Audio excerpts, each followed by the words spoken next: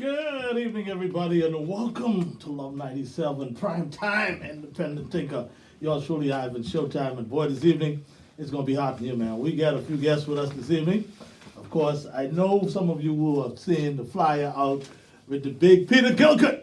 Oh, Scheduled to come in studios. Peter Gilcud. One thing I can say, you know time now. I understood you were here from about almost 6 o'clock. But whenever it says Peter Gilcud will appear, he appears, and he appears on time. Absolutely. And of course, my granddaughter called me and said, "I'm waking you up." I said, "Well, I will be on time." Okay, well, Peter, we got a lot of stuff to talk about, man. Yeah. Independent Thinker, top of the evening to you too as well. You haven't called me all week, man. You still cooling down, or what's happening? Everything's good? Good evening, Bahamas. Good evening to our special guests, Peter Gilcud and Mr. Roll, my great friend, long-time friend from Bimini. And boy, miss your daddy, Manny Roll. I also me. I love him so much. But hello, Bahamas. Good night. I'm happy to be here and to be entertained by the one and only Ivan Showtime Johnson. Well, as always, I An know. independent thinker, Marlon Johnson. I know. Peter Gilcud. I know we haven't been catching up much because of the coronavirus and all Yeah, that, but it's yeah. good to see you again, man. Yeah, man. Only time I see you is like when you in the news or you on television and you making things happen. I kind of like that. Peter, you want to share something with us as well? Yes, just before I begin, I'd like to give praise and thanks to Almighty God for being here. I'd like to thank all of my brethren and sisters in the tribe of indigenous Bahamian people. I'd like to thank all of my good friends with Paul, all the coalition, everybody else around here. I'd like to thank everybody, especially Lex Roll, Sergeant Police Officer. Every time I do a project, I can count on him to help with the lunch. Independent thinker too. When I do things, independent thinker, if I run into them and I say, hey, this is what it is, they always there to make the projects happen. Oh, And the last thing I did, we had the Thanksgiving dinner for the Center for Deaf Children, Oh, and okay. the principal, Mrs. Roll, and the entire family of the deaf children. And of course, the big help I get and support from the Bahamas Elite Sports Academy and all these other people. I just like to say, well, I know they're all out there listening, and they have all tuned in and they said, I'm going to be here. And Showtime, all the Bozy in here, all the Jokers up there, they're listening. All the Jokers in Fox Hill tuned in. And Debbie, everybody out west, they tuned in. Listen, we're going to have a great show. Oh, absolutely. When I spoke to Independent Thinker, he talked about what the subject we're going to be talking about tonight mostly, which is pertaining to banking Yes. and all of the different things that result that. The interest rate, the high interest rate, The economy. housing. The economy, Because yeah. the question must be asked, how is it that countries around the world, you can borrow $350,000 at a 2.5%, 3% interest rate. Why is it that in the Bahamas, Bahamians have to pay such a high interest rate for a car, for a property, for a mortgage, up to 12%, 14%? I'm right now paying one of my mortgages 14% at one of the major foreign banks. And plenty of friends I have who complain about, listen, the interest rate is so high in this country against Bahamians. And, one will say, oh, you want to give money, so you got to pay for it. Right, you have to pay for it. But it shouldn't be. Legislation should be in place to protect Bahamians, right? Because it shouldn't be that when you don't finish paying one mortgage, then it's time to start away with your health, and if you get cancer or if you have some other sickness or Alzheimer, the interest rate is so high until you only live to even get maybe a full mortgage. Much people even don't live long enough to finish paying off their mortgage because the interest rate is so high. Before you start, Mr. Gilcud, I had an interest with one of the other foreign banks, and I bought a fourplex, and the interest rate on the loan I bought was $105,000 for the loan. I already paid $119,000 and still owe $101. It got to be virtually impossible in 2020 in the Bahamas, where your mortgage is $105,000 when you start off. You pay $119,000 back, and you still owe $101. Sound like you Gotta get be virtually a No. second mortgage. No, see, independent thinker. Yes, sir. I don't know how you picked this question and issue, but I'm going to take it on head on. Yes, sir. The thing is, you have to really understand where this all started. The problem in this country is that in 1833, with the pre-advice of emancipation, it scared the daylights of the slave owners and the governor that the King of England is sending a proclamation that everybody is equal, everyone is the same, one man, one vote. They got together with the Manchurian-style protocol, and if you look up, the guys of you who like the internet, look up a film, a movie named The Manchurian Candidate. And that is a brilliant example of how the system is set and stacked against who it wants to be stacked against. When that happened, they said that there's no way that the black people in this colony would get wealth or power or be able to vote. Now, despite the fact that the King of England said you must vote, that all men in the Bahamas are equal, they said it shall not happen. So in 1834, when the proclamation was read, two things were read. They did one for the local media that was in the newspaper, where they read the proclamation, and then the governor folded it, and he read his statement that introduced something called apprenticeship. He said, you must understand that you have lived on these people's land all this time, you paid no rent. You must work with them before you can truly be free, and you cannot, your freedom will allow you to get a half of whatever crop you raise, and you give them a half, and at some point they will declare you free. Since that day to this day, the whole gist has been to deny the rank and file indigenous people of the Bahamas wealth, access to wealth, and free power in thinking. As a consequence of that, it took 130 years before there was one man, one vote. I want you to understand that these guys are not joking. They are serious. When you understand how the Bahamian dollar came about, the Bahamian dollar came about as a result of some things that happened. I'm fast forwarding so we don't get hung up too much on the history, because there's a lot of history in there that I can take you through. There's one point I must mention. We talk about the white people in the Bahamas and the Conky Joe. In 1846, there was a cholera pandemic here. Atoll Island was the containment center. And 7,800 Bahamians allegedly died, of which 7,600 were black. There were a lot of speculations, and sometime when you get a chance to go and read in the Royal Museum, which I took the opportunity when I was there, to read and study, and you pay your fees, and you find out some strange things. When the 7,600 blacks died, the white people wanted them replaced by white people. So they asked the Queen, the same Victoria whose statue sits in Rawson Square, next to the House of Assembly, to send her white people to replace the black people. And she sent the first shipment. It actually ended up being the only shipment of 390 life-serving prisoners, convicts. They came here, and the strangest thing happened in independent England. When you are a life-serving convict, served 15 to 18 years in jail, and you come to the colony, that you can be free just for coming and living and trying to make a living. Well, you know, the first thing you want to look for, I mean, I just go with it, is companionship. Yeah. There were not sufficient white women to even make an indentation. So they kept 90 in Nassau.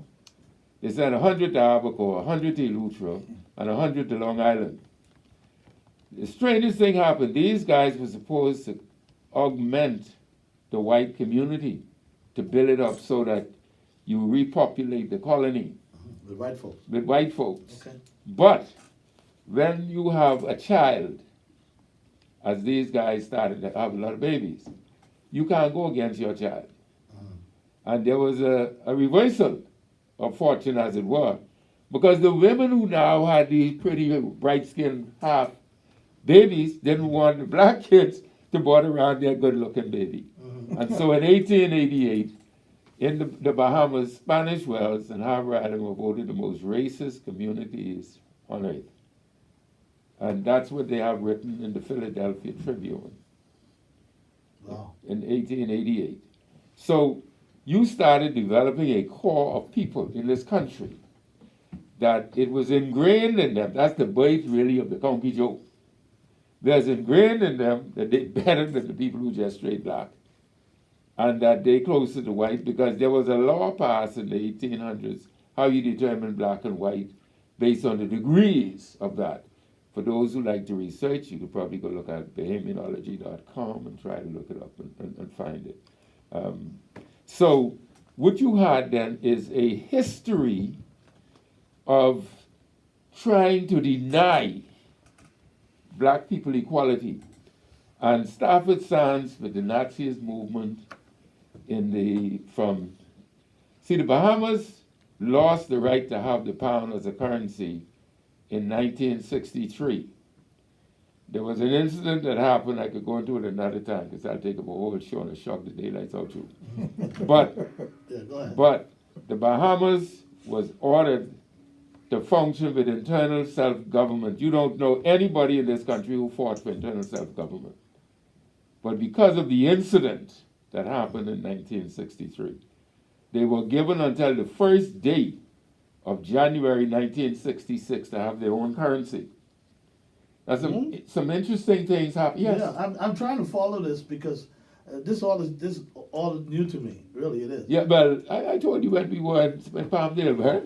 We did this twice, right? Remember when everybody was shocked? But you got to come to the thing because I. Yes, this no, part be of here it I now. remember. Be here now. Okay, go ahead.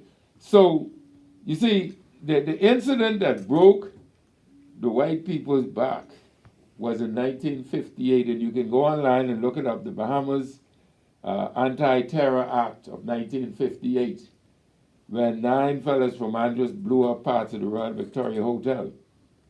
That act alone sent a message to England that black people were not joking about the opportunity to vote. One man, one vote. And the colonial office commanded the executive committee, which is headed by Pop Simonet now, that at the next election, there'll be one man, one vote. And that's how come it came about in 1962. Now, with the currency, the British offered the Bahamas the opportunity, because they just rented or leased Ortec. They said, if you have internal self-government, when you get your currency, if you use the United States dollar, you could start collecting the currency in US dollars, and you start building your treasury in US dollars. So your currency will be the United States dollar. But the Nazi splinter, remember, Stafford Sands was a Nazi lover. His friends were like Axel Wennergren, Huntington Hartford, and AD himself. But that's another story. We can talk about that. That's a whole different program. We can talk about that for days. Okay, good. Now, Stafford was advised. He said, listen, you cannot have that dollar because the American people control that dollar. And the Jigaboos might have the same access to it that we have. So they said, how are we going to control that? The UVP, through gerrymandering, had won the 1962 election. I just completing the platform so you could see it. So they were in power with minority vote, but a landslide in the number of seats. Now, they had to get a currency by 1961. This is the birth of the Bahamian dollar. Okay. And you'll find out why it was stacked against the Bahamian people from then till now. The straw market was still thriving then, and it was a dollar, on the streets it was a dollar. Yeah. But it wasn't dollar for dollar because we were still using the British pound Right. until 1966, December 1st. Sorry, January 1st, 1966. So they fought over it.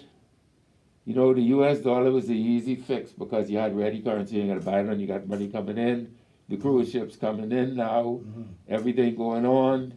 you had the casino, you had things going in Freeport. The greatest giveaway of all time, giving away the Hawksbill Creek Arc. So they were looking at something, and the British were advising them to take the dollar. But Stafford was directed by his colleagues, and they came up with a Bahamian dollar. And they said, if you have a Bahamian dollar, how will you control the jigaboos getting access to wealth through the American dollar? So they put a premium on it. It's called an exchange control premium, where you had to buy a dollar first for 25 cents. I mean, $1.25. So if you wanted to buy a US dollar, it's called an investment dollar. When they brought the dollar in, they made sure you got nothing. So you had to pay $1.25 to get a US dollar. Okay. Now the dollar on the street, but the Bahamian dollar was still dollar for dollar. They were thinking, and they tinkered with the idea of letting the dollar float. But they couldn't regulate it because the Bahamian dollar was made on nothing. It's just a currency you print the paper and you go. The balance sheet for the country was basically what we have, you're sitting here looking at the table, the balance sheet, there it is. The balance sheet today don't include the assets of the country. You have some crown land, if you go look and you go now and you say, let me go buy some bonds, and you look at the assets that the government holds, you'll show the statement, and they'll show some crown land, I think 900 and something million, or 900 and something thousand acres of land, right? Some figure. Right.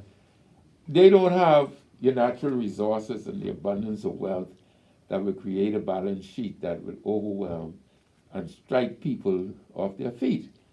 That's not there, because that was not for the jigaboos. You see, the natural resources are not for us. What for us is to buy a foreign dollar or stay in the Bahamian dollar market. So to get out, you had to pay 25 cent premium.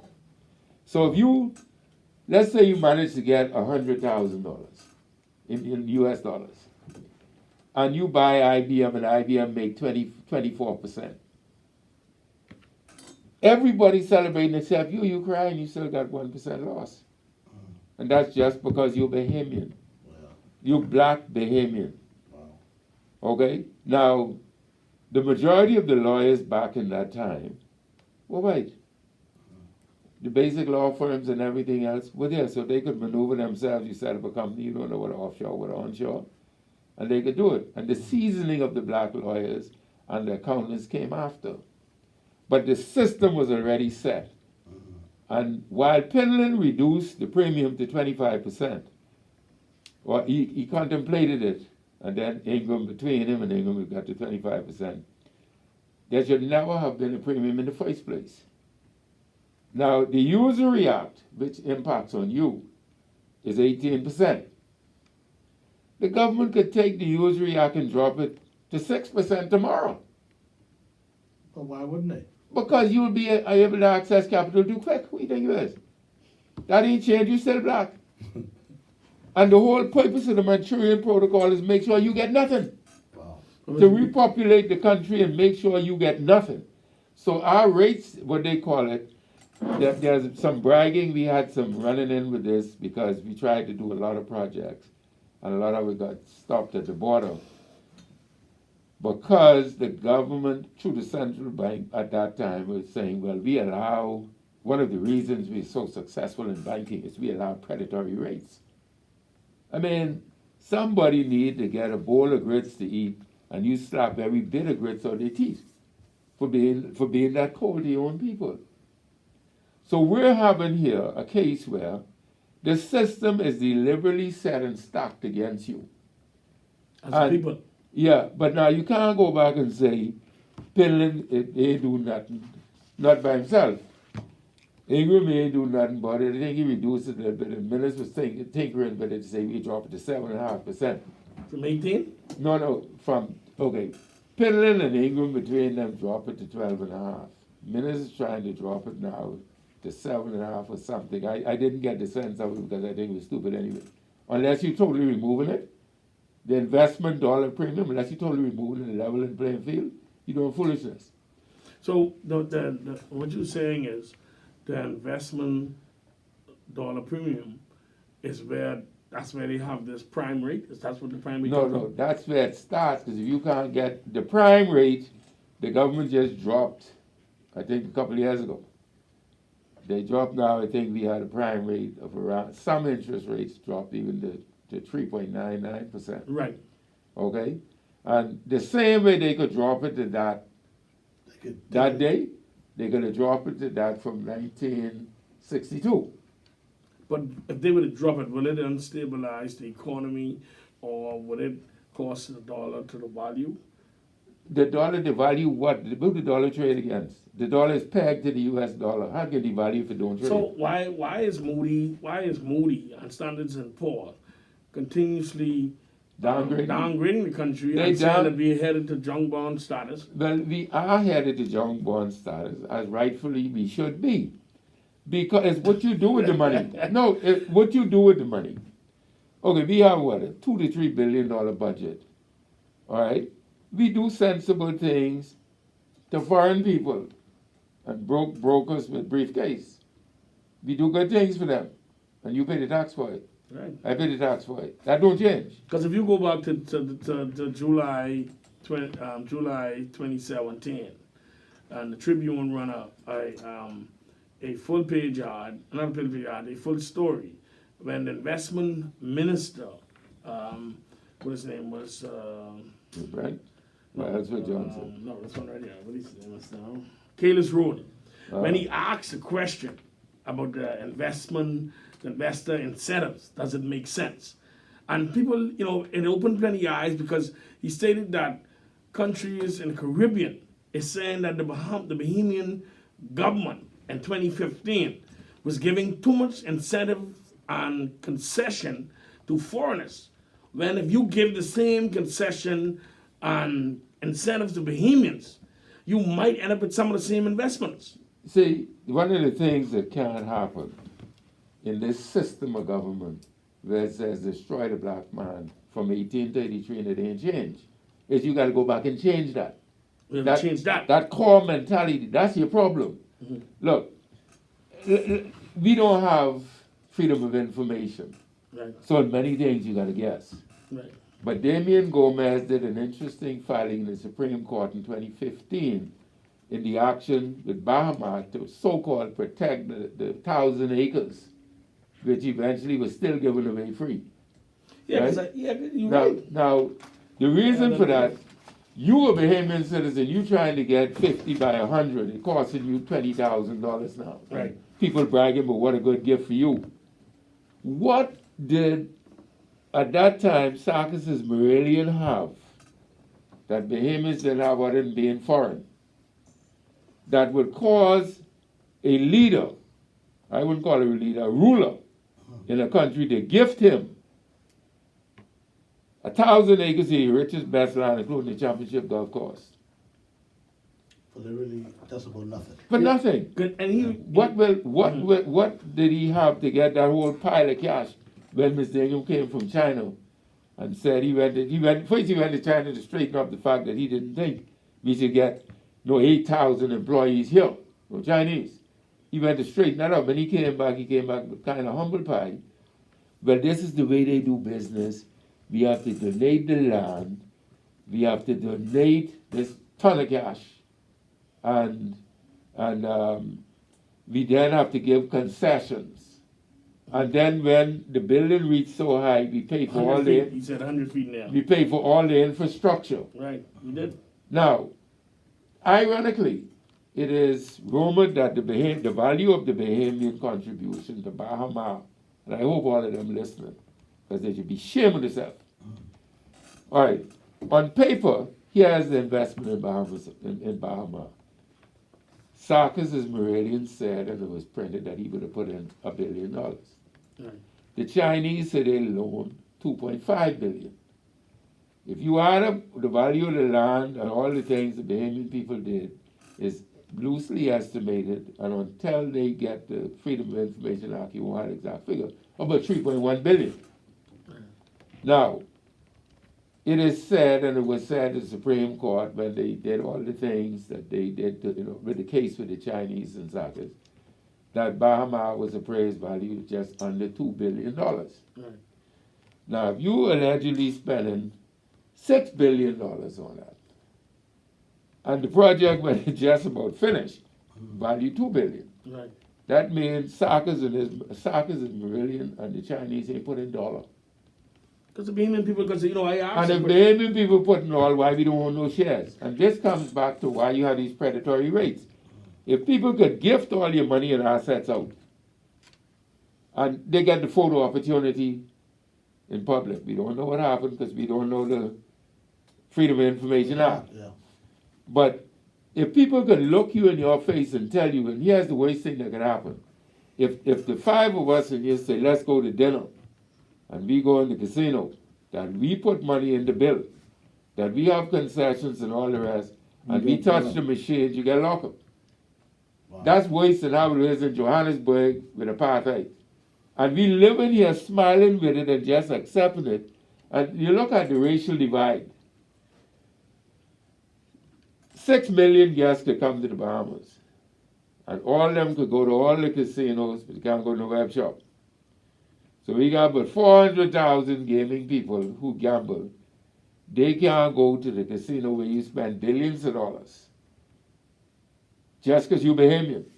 And the reason, if you go and you walk in the bank right now, where you could borrow money at half of 1% to 2%, as you said, offshore banking, foreign currency, or we can't do business with you because you're a Bahamian. In fact, we have a whole flicking ministry of investments and financial services. Everything paid for our taxes. Any Bahamian around here own any bike? Commonwealth Bank. That owned by black people? Well, as far as I know, I think it's Rupert Roberts, Brandy Summit. You categorizing them as all blacks? Family, huh? You categorizing all them as blacks? No, well, the Butler family is black, and Butler family is one of the major shareholders in Commonwealth Bank. The Butler family has an interesting background. Maybe we have another thing I could explain that to you. Because, no. But I tell you a little piece. Marlon Butler met a man named Harry Oakes. He ran against Harry Oakes in 1938. And Harry Oakes beat him 650 to 50 because H.G. Christie and H.H. Pritchard organized 650 pieces of land because individuals couldn't vote. Property vote. Right. And property and company. Right. And Marlon Butler put together 50 pieces of property he thought he could win. Now, Harry Oakes wasn't even in the country. He was in the UK. They just called him and asked him if he would run. He said, yeah. So they signed him up, hooked him up, and he won. When Harry Oakes came, he wanted to see the man he beat without being here, without campaigning. Wow. But there was no campaigning. So he was impressed with Marlon Butler, as he should have been. Because Marlon Butler was a unique type of businessman. He may not have been the greatest academic man in the world, but he was an honest man to the core and a hustler. Right. Marlon Butler was distributing 60% of the kerosene in this country as a retailer, and he did not have the distributorship. So when he met Harry Oakes was impressed.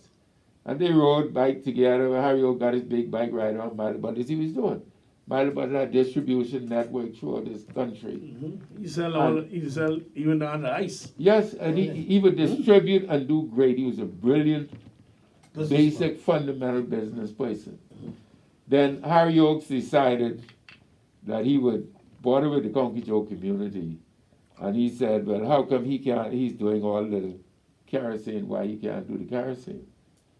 So they thought that Marlon Butler was fronting for Harry Oakes. But they didn't know that the big man was doing for himself and Oakes was just helping him. And then they started giving him a rotation. There were 12 Conky Joe family, and now they had a 13th rotation, which was Marlon Butler. And he got a franchise in the rotation. They As a result of Sir Harry Oakes. Yes. Yeah. And then when Sir Harry Oakes met his demise in 1943, Marlon Butler insisted, fought for, and kept his spot in the rotation. Thereby, some people can say he became the first black Conky Joe. Wow. But he made the money, and he did what he did, and he built his family, and he created generational wealth. Right. And so you can't fault him for that, right. But he's one out of that number, and one is not a majority. Right. Wow. So when you look at it, You count the black people or black family that are in Commonwealth Bank, and you cannot under any grounds call that a black-owned bank.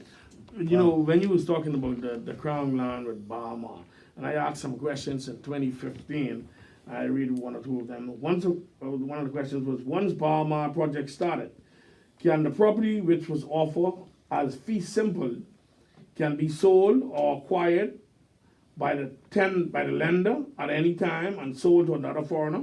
Next question I asked was, Maybe what can will I answer happen that? to the Crown land? Let's answer them one at a time. Okay, go ahead. Don't be scared. We can deal with them. Just before you go into that, Gilcud, let Yeah. me just open up my phone lines. I have people texting me. For those of you who want to reach us, 326-8255, that's the number.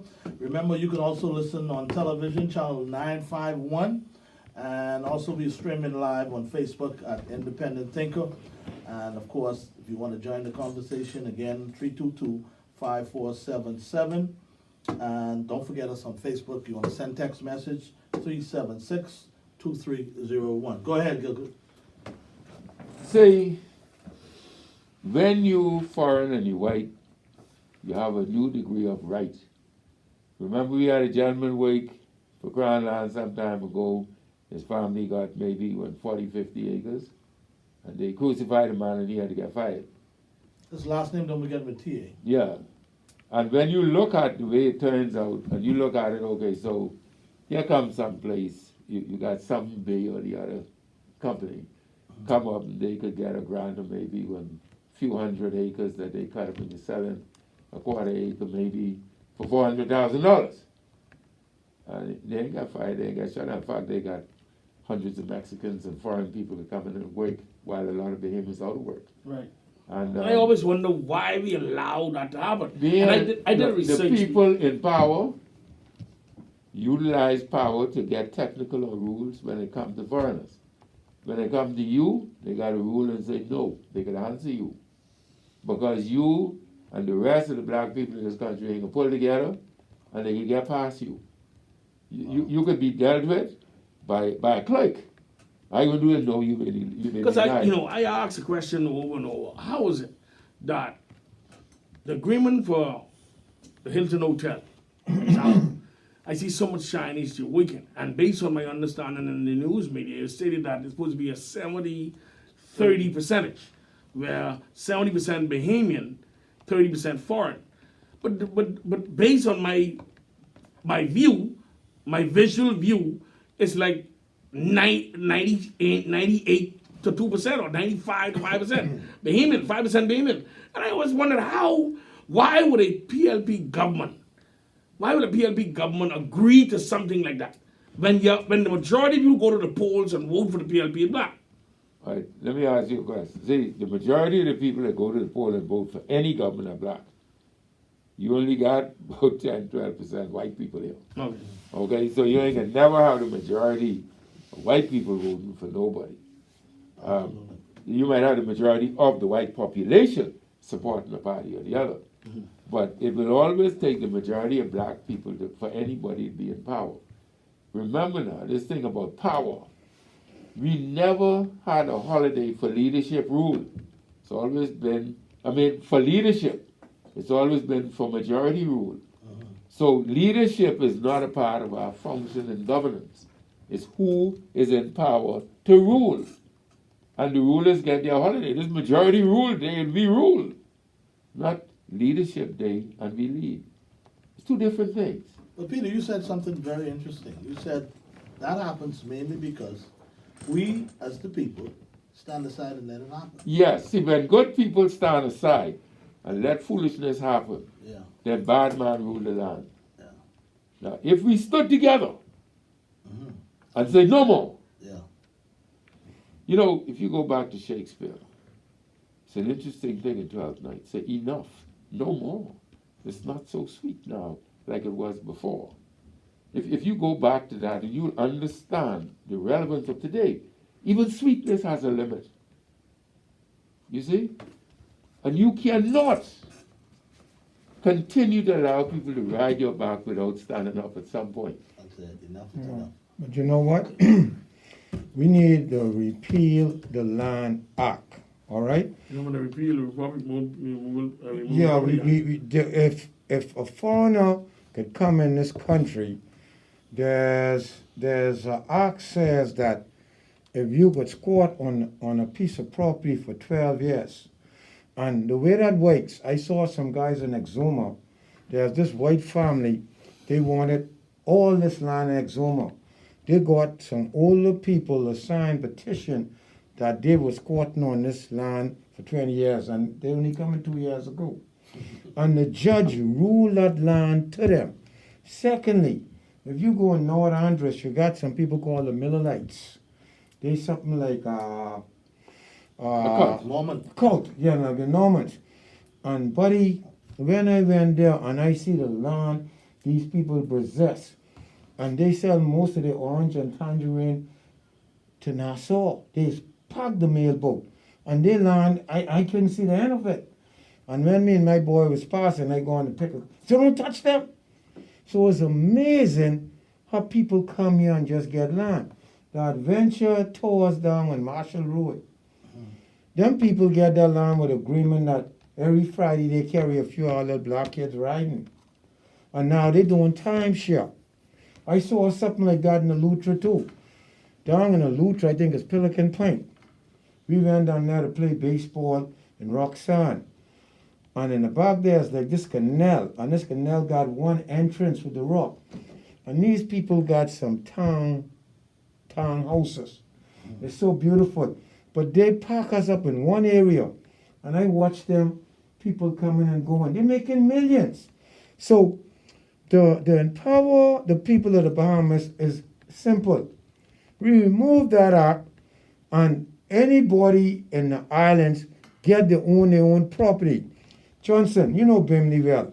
If the resort come there and the resort wants to build a hotel, we pass the days you can make $300-400 a week. All smart countries does this now.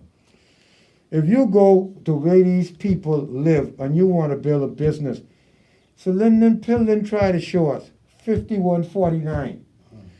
You pass Waken. You own like you say something but shares. You own shares in the business. All right? Right now we still on the point where is it?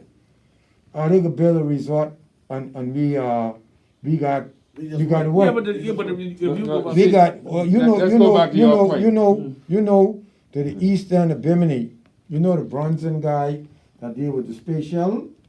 He getting all the eastern, you know, where we used to go up there, Johnson, all the mangroves and stuff, they join it all into one. My brother tell me he getting ready to build a big resort. But he's gonna have a limited amount of people come up there. So we need people to go in there. Okay, if we could give all the Bahamians land in all the islands, we don't have to worry about foreigners coming. but then, Because if foreigners come, we don't own the land. Yeah, the but most they could do is wait for us. yeah, but it's a roll down gap. No, but- because you know I asked a question when the former administration, the PLPs and power, I asked them, how is it that you could give the I group 10,000 acres of land and make one? How much Bahamians in this country have 10,000 acres plus one? Yeah. How much? Why will you grant a foreigner crown land and then allow him to sell it? See, Allow- You don't bring allow no me- money. allow me- You don't no, bring no, no- you you don't don't- bring no allow money. me to you know what address happened that. there, Johnson? Yes, sir. They had a time limit to build on the land and not expire, but guess what? The land still they own. But allow me, no, I think you're forgetting some stuff. No. Go ahead. Oh, let's see what you got to say. No, the facts of the matter are as follows. There was a Bahamian individual that sought to do the deal funded by the I Group. The government in its wisdom felt that there's too much land involved in him, so the government took it on. And they did a deal where they put up the land, the same deal the fella had, put up the land, and the fella put up the money, and it was a 50-50 deal. Then the government changed. When the government changed, we had the so-called brilliance come into the new government. I think it's the England government. And the Minister of Tourism, in his wisdom, said he'd break up the deal and give them 5,000 acres for themselves, and pull back 5,000. So the government then is out of the business. Now that's pure ossification. If you want to be a jackass, you practice that kind of system. But it happened. Now, they gave them a free granted access Right. to 5,000 acres to say You're right you're about breaking that. up the deal. Right. Now, there's no sense in that. To Yeah, but break, break up the deal, you should say, look, I got my land, you didn't finish off, you go, we stay, we got our 10,000 acres. Right.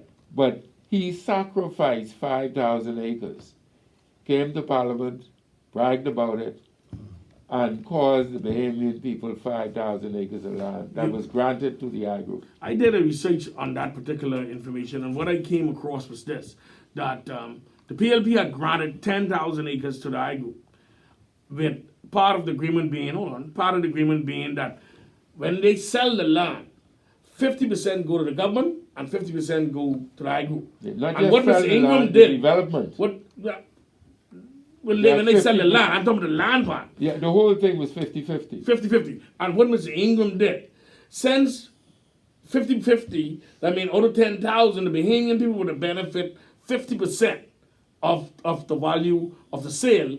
Mr. Ingram gave him, said, listen, here's your 5,000, because if out of 10,000, 5,000 is your 5,000 Bahamian people alone. He gave them directly 5,000.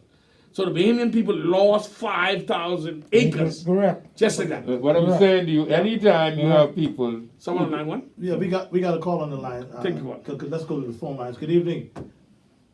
Good evening. What's on your mind? Good evening, Primetime, Independent Thinker, Ivan Showtime. What's on your mind?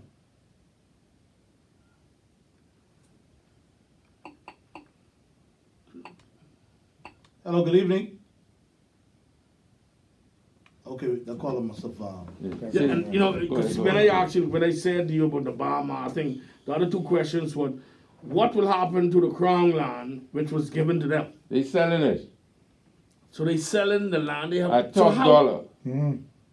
The 1,000 acres. Yes, I thought that's gifted to them. But I mean, what was the benefit of the government Giving them giving Bahama 1,000 acres? I mean, You mean beyond the photo op? It's a shit. Yeah. No, beyond the photo op. See, let me tell you, the benefit is that the black Bahamian people get nothing again. And then they point and you could walk around and say, that's our property.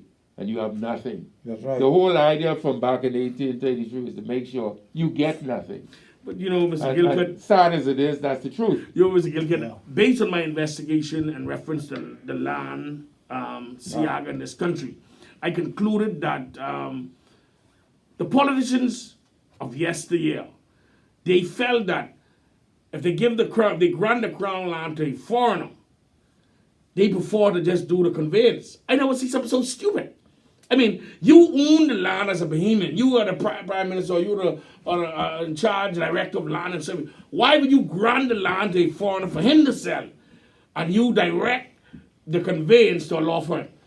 And I did an investigation in Bimini, and I saw where parcels of land, of Bahamian land, was granted to the foreigner. Yeah. I tell you, I did the investigation on, and Every- when I followed the law firms that did majority of the land sales in Bimini, it's baffling. I'm talking about, it's unbelievable. Bahamians want to just investigate and see the law firms that did 90% of the conveyance of the Bahamian people land, what was given to the foreigners. And Bahamians apply for crown land in this country and die sometime without getting an answer. May I give you a shock a little? Take a break? Okay. Yeah, we due for a break, guys. As a matter of fact, we passed due for a break. Anyway, we're going to take a break, but when we come back, we're going to talk a little more about that. I understood somebody was texting me from out of Grand Bahama. They said things are not well in Grand Bahama.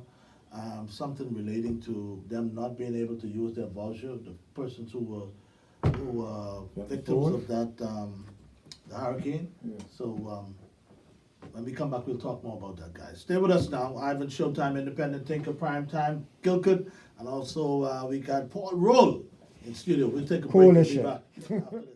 Everybody, Ivan Showtime, Primetime with Independent Thinker.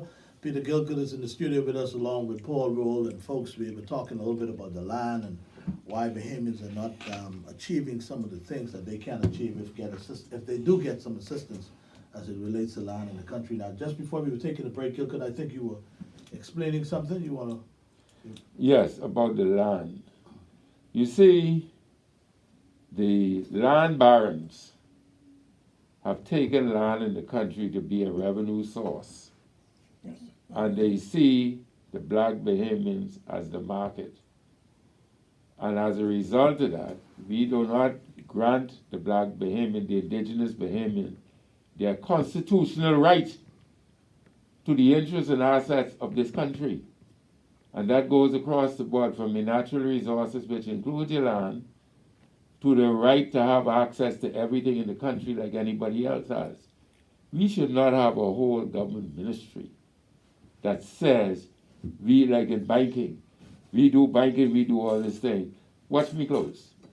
A fellow from, let's pick a country that don't have anything here like this. Let's pick a country, say, Nauru, a little Pacific Island thing. They have their own system. And let's say Nauru has its people, okay? They would be the indigenous people in Nauru, and they would have their land, and they would control their land. In the Bahamas, on the other hand, you have this nice document called a constitution that say you should be bondsman to no master. And if you should be bondsman to no master, you should be free in your own land. And you should have access to the best of everything on a first charge. So let's say a fellow in Nauru now had to pay taxes. And he's allowed to come to the Bahamas and open a bank, and he dock taxes in his own country. Right? And then we brag about the rules and how we strict with helping him protect the taxes that he ducking from his own country. And so wouldn't Nauru get mad that they want their taxes paid? If you're an American, you have a bank, and you're supposed to pay tax on Kasam, you don't think he will come to you to get paid? What's happening here right now? But what I'm saying to you They is... changed the bank law, that's so they Right. can catch the Americans who are not paying tax. But Paul, Yeah. you know what I'm saying? Because see, if you now have a business, a whole industry, where you set up and you keep finding legislation to protect people who beaten their own country out of tax, you expect them to be happy? The only people who don't own no bank in here are the citizens of this country. Now, if Bahamians own the banks, they can't make that allegation because you're making your own profit in your own country, just like they are in their country. Okay? And then the rest of international law applies.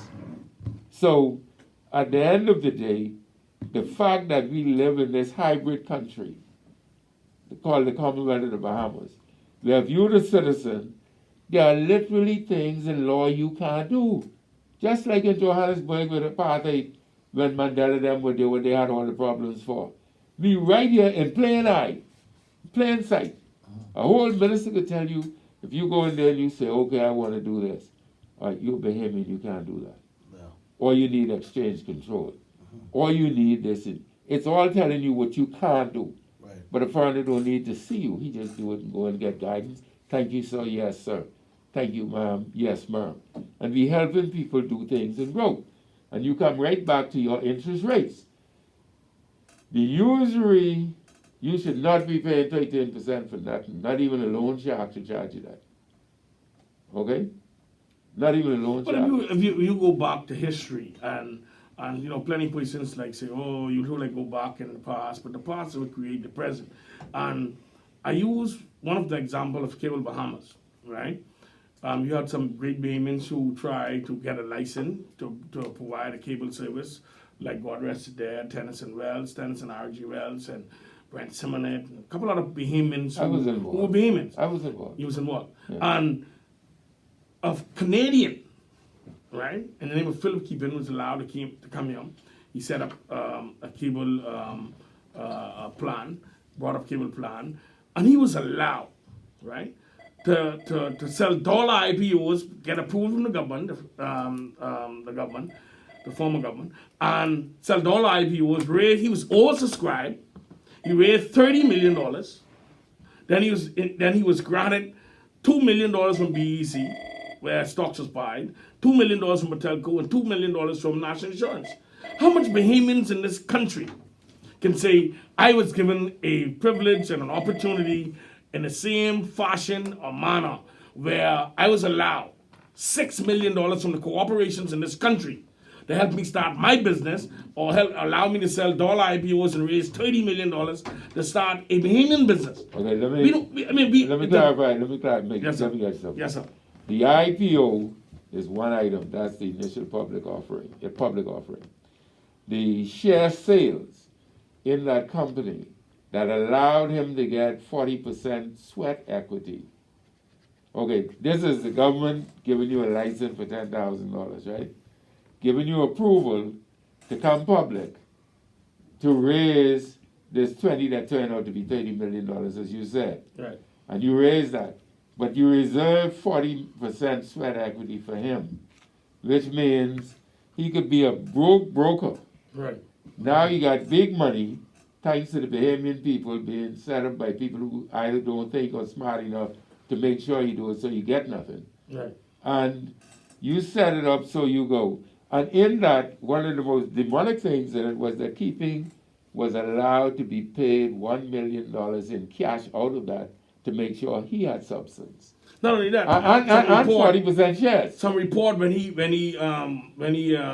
I think when he sold his shares, he's trying to sell his shares for $56 million. Well, he sold it to, $56 million, Yeah. and then he was allowed to To get be the paid out, manager. gone, and he came back. and bought it back at half price.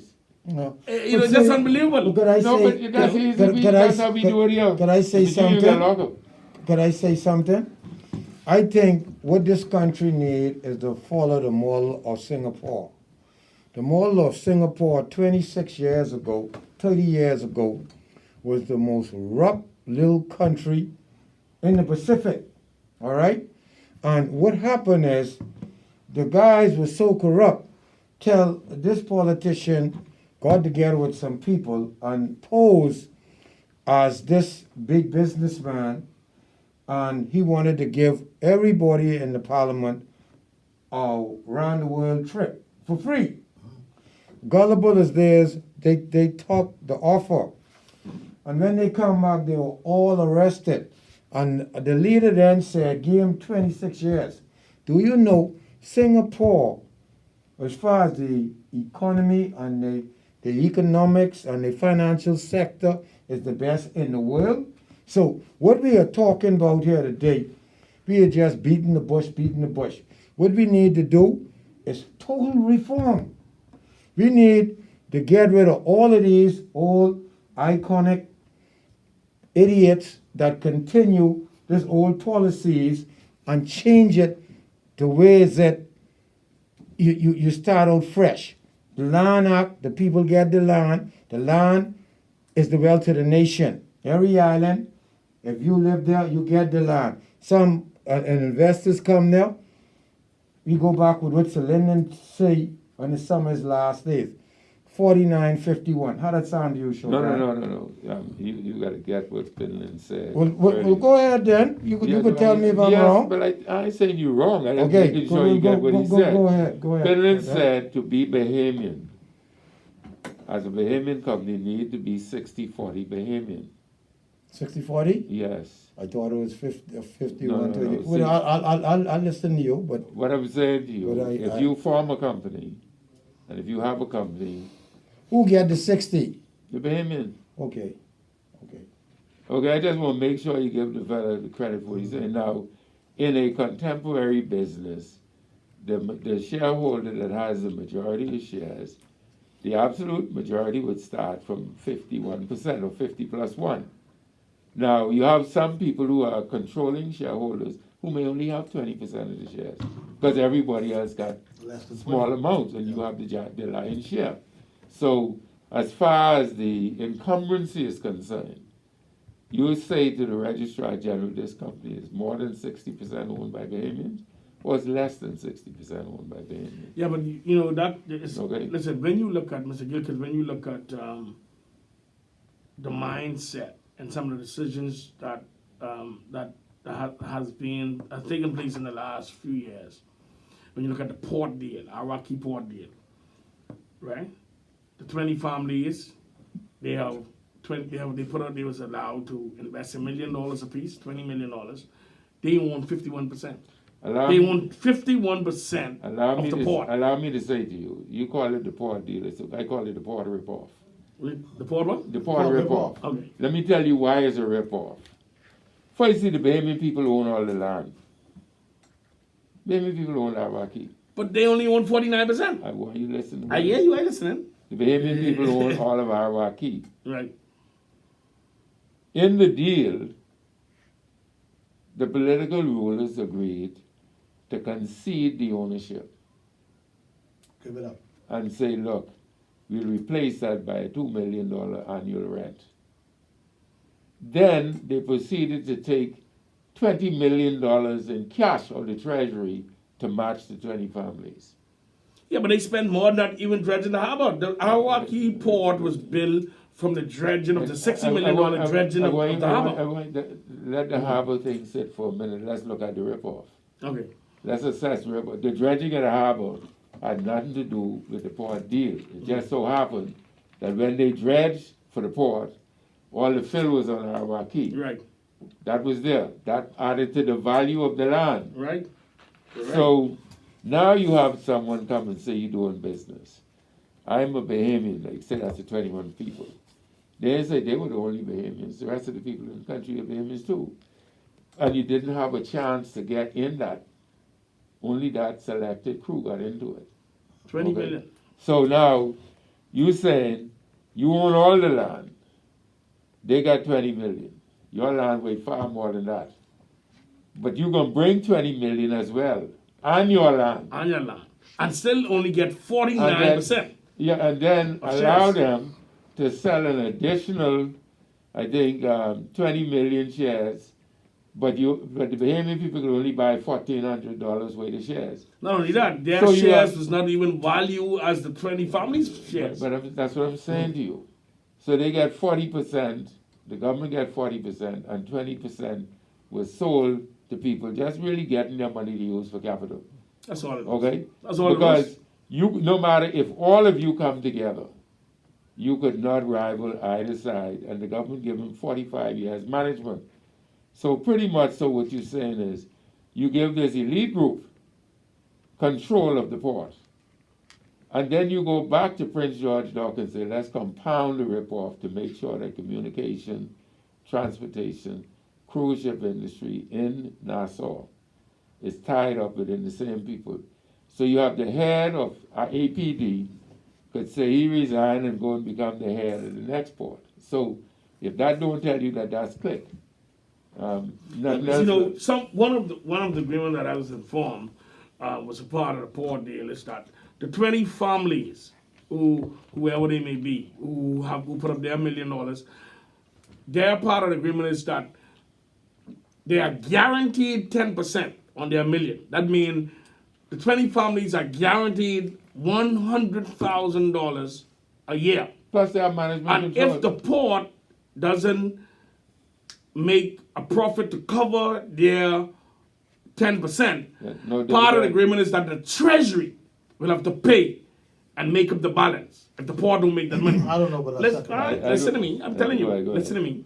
And when they said, oh, ordinary Bahamians go buy shares, I said, why I didn't purchase now? You say, I want the same guaranteed 10% that the 20 families getting, then I'll buy shares. But I have some friends who spend they buy the amount of shares they're going to buy, and they 3 and 4 of them in the house buy shares. What do you think happen? $15 for their $3,500, $18 end of the year, $27, $35. I mean, it values hardly anything. But all it is cosmetic.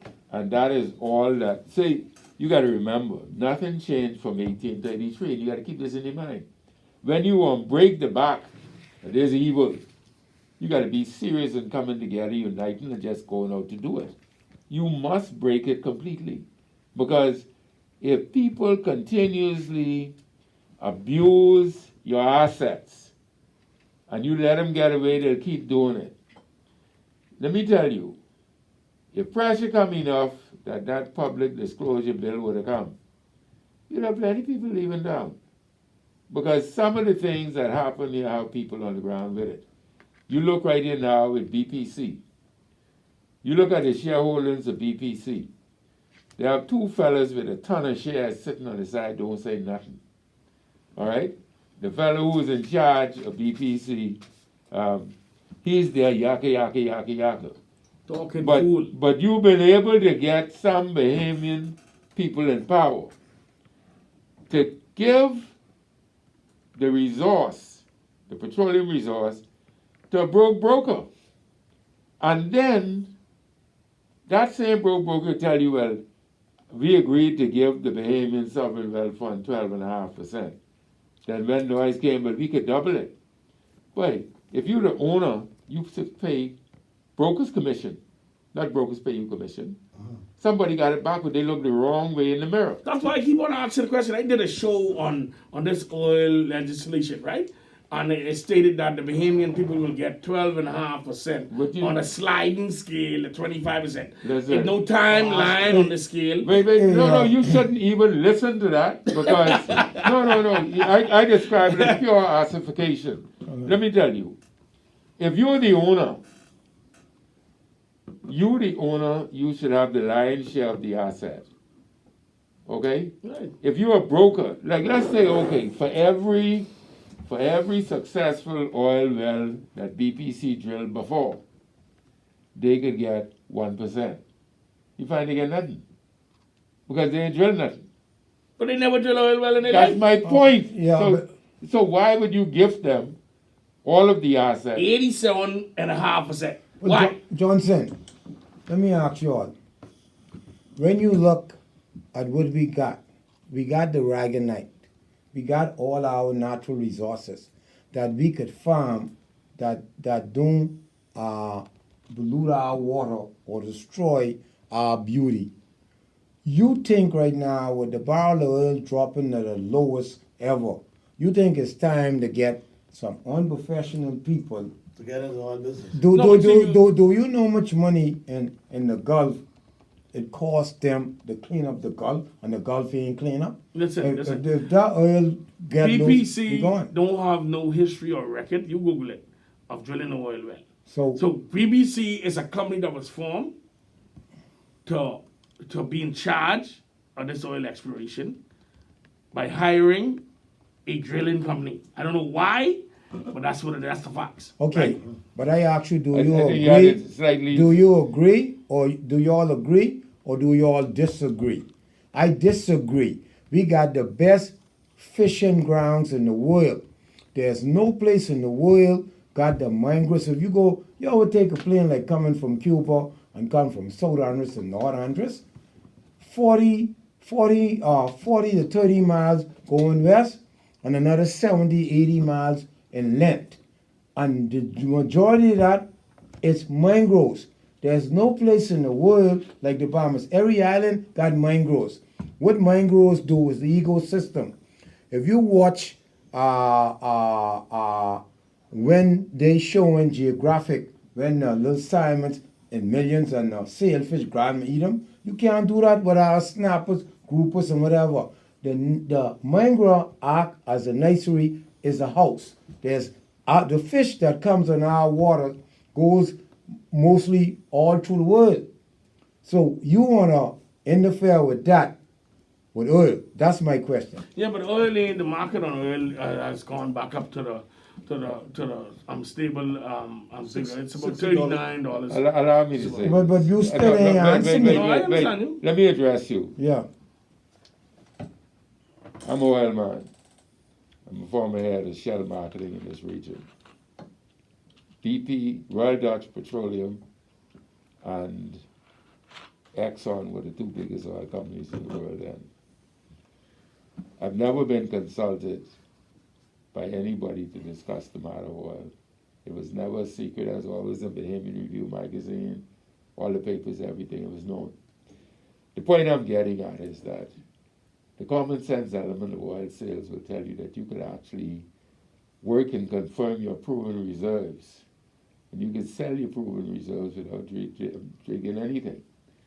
What the U.S. does, for instance, they purchase oil and put it in the ground, in the salt flats, and store it, right? And so if you have it, you can store it too. And if a need came to draw on it, you could have a schedule and an agreement as to how it should be done. Now, that would mean that, okay, let's say you have 200 billion barrels of oil, and say you sold it for $40 in advance. Well, you say 4 times 200, you got $800 billion today.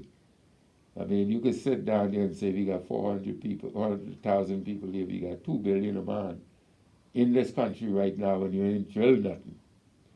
Now, drilling for oil is so serious that if you have a mishap with oil, you destroy your entire remainder. But ecosystem is one part.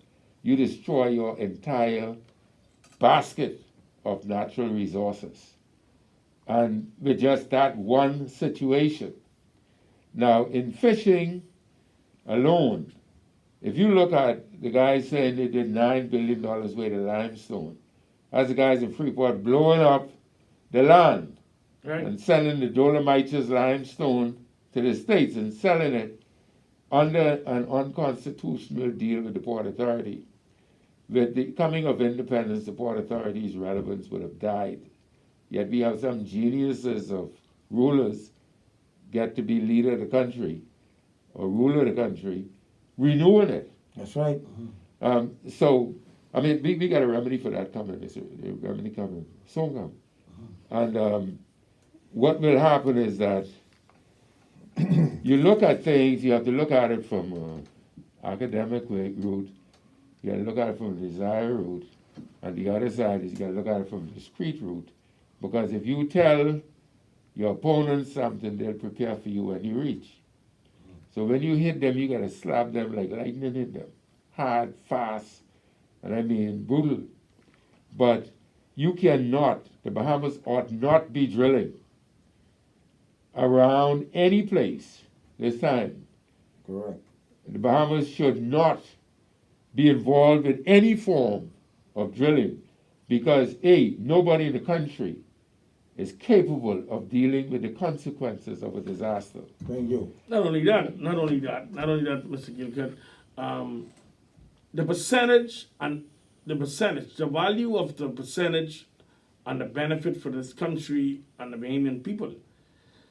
It's foolishness. I mean, it's just rubbish. So I mean, I don't understand why would we allow the country to go down that road. See, I have a clip here in one of the newspapers, one of the daily, where the PLB is saying that all BBC ties are now severed, right? Saying no monopoly on oil exploration, and they saying that they have no more affiliation with BBC. In fact, but you have on the next headline which states that the person who in charge of BBC is given good grades of the former Prime Minister, the Honorable Perry Gladstone Christie. He's talking great of him. And they're saying that they want no more ties. So we the Bahamian people, should stand up against any sort of oil exploration in this country until the benefit outweighs the disadvantages. Allow me to take that a little further. Firstly, there should have been a mass training of Bahamians in the business and the industry before you even get to that. Now, I know that I remember we had a Bahamian head of Texaco, and they had myself and Vince Colby at Shell, and we had a Bahamian Alex Knowles at Esso, in charge of the local units. I got a break and I became the regional marketing head for Shell. And as a result of that, every 5 weeks I was in a course somewhere around the world. One thing with the system of these oil companies, they train you. So I would suspect that Alex was going on a lot of training, and Neely was going on a lot of training as well.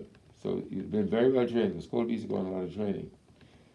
When you look at it in its proper sense, that is a complex business, and if you don't understand it, the people who could go home will go home after they screw you up and jack you up because they're only here for money. That's right.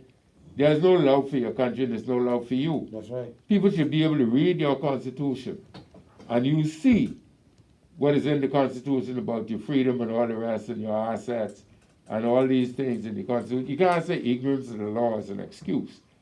But nobody could take the assets of a country and gift it to you. You got to be a megalomaniac to say, I'll just go and plunder this country. And you get away with it. So obviously there may have been some side deals made in the normal fashion where the couple of people try to get all and the citizens get none. And that never changed from 1833. It ain't gonna change till we break the back of that evil demonic spirit that says black people should have nothing in this country. With all the people coming in the country, they come and they still trying to repopulate the country. And what we do in this country is we taking too long to rise up and change these things. It's a good thing now, you have some activities, but it's a sideshow to allow people to come in here and say they're going to start drilling and dredging. Yeah. Now, I understand that there are now 2 more companies that say they have license to drill. I understand. 2 more companies? Yes. Yeah. I understand. And you know what let me get it, but I get it bombshell. Yeah. I get a bombshell. Yeah. That the 2 companies are seeking leases of people's private land to go on to drill. Now, none of this has been said publicly. I dare anybody to tell me it ain't true. Because, I mean... You know what I want to ask? You know what I want to ask? Go ahead, bro. They said before Christmas they willing to start this drilling. Yeah, I see that in the the check. newspaper. But now, how you all feel about it and what you think we should do about it? And don't seriously, how you feel? Wrong setting, But I ready to go. Right. I ready to go downtown tomorrow. Paul, no. I'm What? saying we're slightly in the wrong setting to deal with that. Right. That requires a different meeting with different people. Although it's okay. Well, I just ask your opinion. I'm with you. I just ask your opinion. But you know, Paul. Yeah. I'm not saying anything contrary to what you're saying. I'm saying the details of what you can do need to be in an action committee. Right, an action committee. Yeah, I'm with you. I with you, but all I did is ask your opinion because I know a lot of people out there listening. They have a feeling. Let's go tomorrow. I said with me, okay, Yeah. with me. I in a democratic country. Now, Johnson, you was about, when he dropped the bombshell, you was about to say you want Yeah, I was going to say. Go ahead. When you made the statement about they seeking leases to the land. to the land, I've been very I want to use the right word, informed, right, about the whole Bahama Bank as being cut up in parcels of land. Venezuela is suspected to be. I'm telling you. And listen, the Bahamian people will have a Holy Ghost movement and they find out who 99% of their leases name or these damn leases in the crowd line on the Bahama Bank. So Anyway, guys, listen. Get on that breaks talk. We do for break. We do for break, guys. Let's take our final break of the evening. Let's take our final break and be back after this. Those of you who didn't have a chance to call in, you just might have the last say 326-8255 when we get back. We take our final break and be. Welcome back, everybody. I'm in Showtime, Independent Thinker, Peter Gilcud, Paul Roll, and yes, it's prime time. I see, guys, we just about running out of time. I think it's what? It's about another minute or two before. 8 minutes before. 8 minutes? Yeah, Okay, we have 8 minutes more. We got about 8 minutes more. So, Peter, just before we were going to the break, man, you put some interesting stuff down. and Independent Thinker was supposed to respond to it.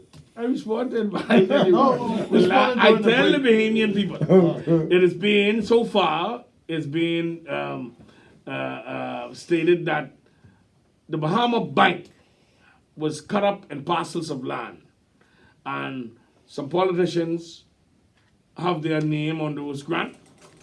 So in order for the oil to be exploited, they have to give approval because they are now the owner of the Crown Grant. So the Bahamians who believe that this oil thing is a savior to take us out of debt and enrich them or make life much easier. Listen, when the information hit the fan, it could be some weeping. When you say some names now, you don't have to call no. I ain't calling this. Don't call no names. Just spell it for us. You know, so that first, you know, before time run out, let me just thank a lot of people that are there. Every time I look here, I see my WhatsApp thing totally full, and I'm not reading any because time moves fast. Yeah. I like to thank them because every time, you know, every show I go on, I have a good, strong following. Right. And maybe we should do this again. Yeah, we need to. You need to. Because we supposed to be talking economy, and we we stray off a little bit. No, all of this relates to the economy. I thought you said land. Yeah. No, only I have the land, I have the loophole. But all that is the I have, economy. listen, Yeah. the Quiet Title Act, 1958, I was going to talk about how they need to abolish that. Thank you. And listen, I have everything prepared, it's just that so much information. Come and out, by the Bahamian people being shafted by not having a Freedom of Information Act where access to the correct information, you just having piece information, you have to research a portion, you have to guess the rest, and put it together. Listen, plenty of persons who believe in this country that this oil exploration will be, listen, Devastating. listen, that oil legislation that was passed under the PLP administration, don't wait the print on the paper. There you go. That's foolishness. Watch this. Yeah. All right, go ahead. Watch this. I'm calling on any and everybody who are in possession of anything to do with oil drilling in the Bahamas to come forward and bring it. You can leave it to the desk of this radio station. Leave it for Critical Thinking, Ivan Showtime. I'm calling on you, whether you're a secretary, a clerk, an administrator, whether you're a legal drafter, whether you're a politician. Come and bring all the information on oil drilling to JCN, Love 97, at the desk for Ivan Showtime and Critical Thinker. Now, I'm calling on you to do that for a reason. By bringing in information, there may be something that is not in hand that we need for the actions that need to take place. Action will take place, because ain't nobody gonna sit down and take this standing up. I'm sure from what I've been hearing around that plenty of people are hurt and upset about it. And people could only take so much. I leave everything to pray. I pray to the Lord. The Lord will always have a way Oh yeah. as an Absolutely. individual. But in this country, we have to stop getting rip off and smiling in people's face to say, oh, I'm this party, I'm that party, while you're getting screwed. I'm saying, get your courage together, get yourself together when it's time to move and people call on you to come, just come. Just stand up. Just be counted. Because when our resources go with it, our wealth, our health, not just for you and me, but for your children and your children's children. But you know, the way I see things is Bahamians have to actually just one day sit down, pray to God, and create a different mindset, okay? Because we have the wealthiest country in the world. We got everything in our waters is can't go. Use the Bay in Bimini. You know but San Niki. They use the White Duck. They carry tons and tons. And by They've 6 been months, dredging in Bimini from the 30s or yeah, 40s. but listen to me. In 6 months, it come right back. I don't understand why. it I grows don't its understand nature. for the life of me, Mr. Rule. Yeah.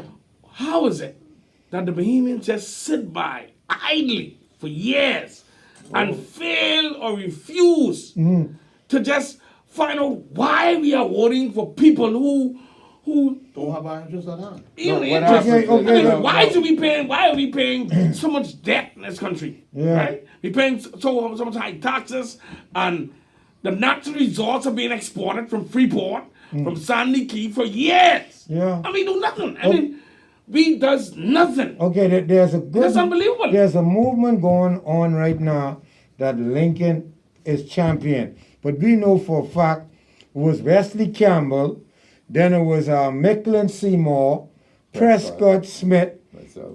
and Peter Gilcud, Jeff Davis, Graham Renniford, now Lincoln Bain. He tabled some stuff. That's a great advantage in the beginning. Now, the only way we could get it to the next level if we could get 10 to 20,000 people, 10 to 20,000 people to go down to Parliament and scare the government. Other than You're that, not scared the government. no, You're listen. not scared No, the no, government. no, Indian no. people need to That stand ain't up the and only say, way. "We want this country." Hold it. Let me I don't finish. even, man. Let me finish. Other than that, you got to vote another government in who go in there with the agenda. This oil thing is so deep in the F&M and the PLP pocket, whereas that you ain't gonna get them to just change it. So you got to get in there and legislate law to bring about changes. That's what I know for a fact. Okay. There So, are independent thinker. ways. Sorry, Peter, you want to add something real quick? We only got Yeah, a few okay. 1 minute. There are way. There is another way. Because of my affiliation with the tribe, I can't remember now. But there is another way. There's another way. I say good night to Independent Dario Torelli. He's tuned in and he's sending some comments. But boy, listen, we ain't had the chance to read no text. We ain't had no calls coming as a result of. I don't know if you have a problem with the phone lines, producer. What you saying, Shudan? Yeah, I was just allowing you to put in your final word. Well, my final word will be this. I'll give you a quote from Sir Lyndon and one from the Bible. Sir Lyndon, most famous quote: "If Bahamians are unprepared to stand up and fight and defend their own Bahamas, then they don't deserve to have it." And a quote from the Bible: "Evil prevail when good men stand by idly and does nothing." So Good night, Somali. Bahamas. Okay, that's going to do it for us, guys. We're going to get on out of here. But don't forget, next week, we'll continue our conversation. We appreciate all the persons who tried to get in. I know we might have had 1 or 2 calls that didn't come through, but next week we'll be here to do it all over again for you. On behalf of our special guests, Mr. Peter Gilcud, Paul Roll, my co-host, independent thinker, Ivan Showtime. That's our time. Thank you for your time. We see you.